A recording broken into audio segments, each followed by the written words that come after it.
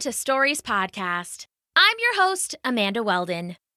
Today's story is called Peacocking, an adaptation of an Aesop's fable written for you by Daniel Hinds. Thanks! Enjoy the episode! Peacocking. Once upon a time, a crane named Jane was sitting by the river. She was resting her wings in the sun and plucking berries from a nearby bush. She was a long and gangly thing, awkward to look at. She had thin, spindly legs and a thin, spindly neck and a long, pointed beak. The other birds were mean to her a lot because of how she looked, so she mostly kept to herself. It could be a little lonely, but Jane thought it was better than being teased all day. With a sigh, she flexed her wings and settled into the grass. She had spent the morning flying hard to reach her favorite berry patch, and she needed a rest before she turned and flew back home. Unfortunately, she was rudely interrupted. A peacock strutted into her grassy resting spot, head held high. He looked at Jane with a little twitch of his beak, as though just seeing her were an affront to his senses. Jane recognized him as Piper, a particularly pernicious pain. Pernicious is a fancy word meaning that something could hurt you in a sneaky way, and Jane thought it fit Piper like a glove. "Hello, Piper," she said, wishing her wings were rested and she could just take off into the air. "Oh, if it isn't plain Jane," Piper the peacock clucked. "Plain Jane, the gangly crane. What are you doing here? These are the beautiful berries for the beautiful birds." Jane looked up and sighed. The peacock was beautiful, all round and robust, his iridescent feathers winking electric blue and green in the high noon sun. His neck was a graceful arch, all blue and glittery, and on his head was a jaunty tuft of feathers. "I'm not bothering you," Jane said quietly, "and these berries are for everyone." "That may be so," the peacock said, "but truly, the view would be a lot prettier if you weren't around." "Well, it's not all about who is prettiest," Jane said. That's what ugly people say." Just then, a whistling human hiker happened upon the birds. "Oh, look!" she said. "What a beautiful bird! A wild peacock! I haven't seen one of you before. Would you like a little snack, pretty bird? Oh!" Piper gave Jane a cocky wink and then strutted towards the human. She rifled through her fanny pack and pulled out a bit of a granola bar. She held it out and cooed with delight when the peacock plucked it from her hand. "Oh, what a pretty bird," she said again, laughing. "Well, I'm off for my hike. Take care, pretty bird. Oh!" Whistling again, she headed away down the trail. "Ha!" Piper shouted. "She didn't even notice you. Still think there's anything better than being pretty?" "Pretty gets you praised and pretty gets you fed. I can't think of anything I'd rather be instead. Pretty makes me special, this I know is true. The world is just my oyster 'cause I'm prettier than you." "You're insufferable," Jane said, fluffing her feathers. Once again, she wished she could just fly away, but her wings needed a little more rest. "I don't understand why you have to be mean to me. Why can't you just leave me alone?" "Well, because nothing makes me feel prettier than standing next to someone as plain as you," he said. "Plain Jane, the gangly crane." "I may be plain, but there's a lot I can do that you can't." "Like what? Be practically invisible?" Jane started to reply, but they were interrupted by a pair of humans hiking their way up the trail. "Ah, look!" said the older one, a big hairy human with a big hairy beard. "It's a peacock!"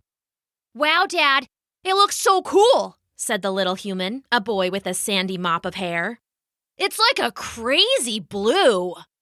What a beautiful bird, the dad said. Digging in his backpack, he pulled out a camera and handed it to his son. Go ahead and get a picture. We won't get this close again. The boy snapped a few shots, and Jane could see Piper fanning his feathers to look even more splendid than usual. All right, time to go, the dad said. Okay, the boy waved as they walked by. Thanks, Mr. Peacock. Piper stayed puffed up and fanned out for a minute until the footsteps faded into the distance. Don't even say it, Jane said. Once again, the humans hadn't even noticed her. Maybe being pretty was better than anything else. It hurt her heart to look so plain. Oh, I'm not going to say it, Piper said. I'm going to sing it. Pretty gets you noticed and pretty gets you loved. Pretty is the only club I care to be part of. Pretty makes me happy and important too. One doesn't have to be that pretty, just prettier than you. As he finished singing, Piper fanned out his fantastic feathers and shone in the sun. He looked with a smug smile at Jane as if he was expecting her to applaud. That's enough, Jane said. Whatever, I'm plain, but I can do lots of other stuff. I can do things that take way more talent and are way cooler than just having some shiny feathers. Oh, sure, slurred the peacock. Whatever you have to tell yourself, plain Jane the gangly crane. Once again, human footsteps crunched in the woods nearby. Now, if you'll excuse me, I have another member of the adoring public to greet. Will this one give the pretty bird a snack, or will they just want me to model for them? The future remains to be seen, but it looks bright for a beautiful boy like me. A gruff old man entered their little grassy spot. He was dressed in drab greens with an orange vest and hat. Oh, look at that pretty bird, he said to the peacock. He held his hands behind his back and walked towards Piper slowly. Oh, and a little plain friend, too, he added, looking at Jane. He called me plain, Jane thought miserably, but at least he saw me. Here, pretty boy, the old man said. I have something for you. Piper turned and smirked at Jane, and then strutted up to the old man. That's right, he cooed. Just a little closer. Piper fanned his feathers and got up close. Oh, perfect, the old man said, and he pulled his hunting rifle from behind his back. Now, hold still. Piper, look out! Jane squawked as the rifle blasted thunder. The peacock turned at the sound of her voice, and the bullet missed him by an inch, so close it ruffled his feathers. Run! Jane hollered, and both birds barreled into the brush. Behind them, they heard the hunter curse and stomp after them. Come out, pretty bird, he called. I want to have you for dinner! Huddled in a bush, the birds realized there was nowhere to go. The hunter stomped closer. He would be on them any second. What will we do? Warbled the panicked peacock. We? Shouted Jane. There is no we. Like I told you before, there's plenty of great things that I can do that don't involve being pretty. Like what? Well, for starters, I can fly, Jane said, and now it was her turn to smirk. And now I'm going to fly myself right on out of here. But don't worry, I'm sure your pretty behind will look great on that hunter's dinner table. You're going to leave me? You're pretty and perfect, and you said that's all you need.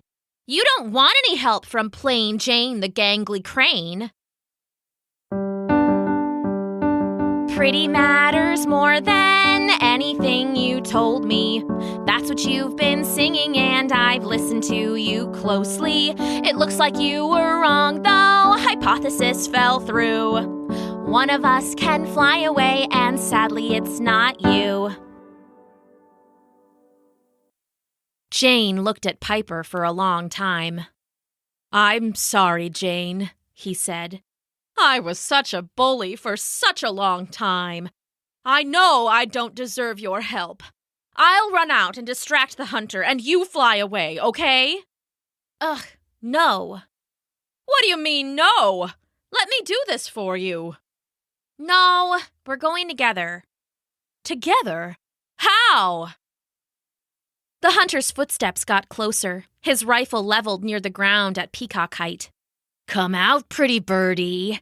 Come out, wherever you... Ah!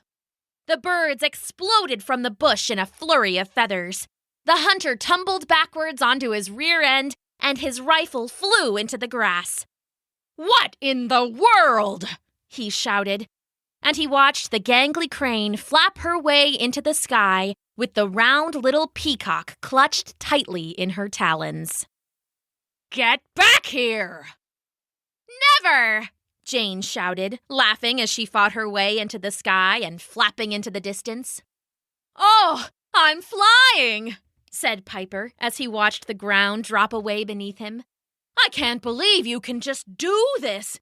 Wow, I'm flying! This is so much better than being pretty. Oh, they both have their benefits, Jane said. And together they flew safely over the horizon. And after that, Piper told all the other peacocks what Jane had done, and none of them were ever mean to her again. But of course, they did ask for the occasional ride. The end.